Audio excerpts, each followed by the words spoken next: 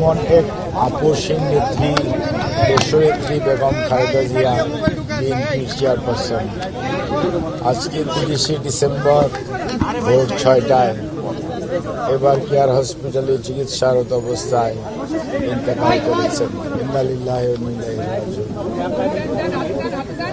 আল্লাহ রাব্বুল আলামিন ওনাকে বেহেশত নসিব করুক এবং ওনাকে বেহেশতের সর্বোচ্চ আসনে আল্লাহর কাছে আমরা দোয়া করি। কিন্তু আজকে যার সম্পর্কে কথা বলছেন সত্যিকার অর্থে তার সাথে আমি প্রায় 484 দিন হসপিটালে বিগত 5 বছরে থেকেছি, আমি আর মাসিক।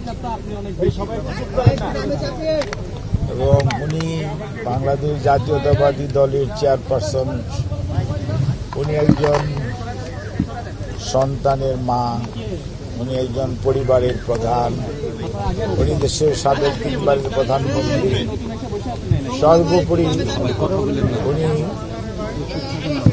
একজন অভিভাবক।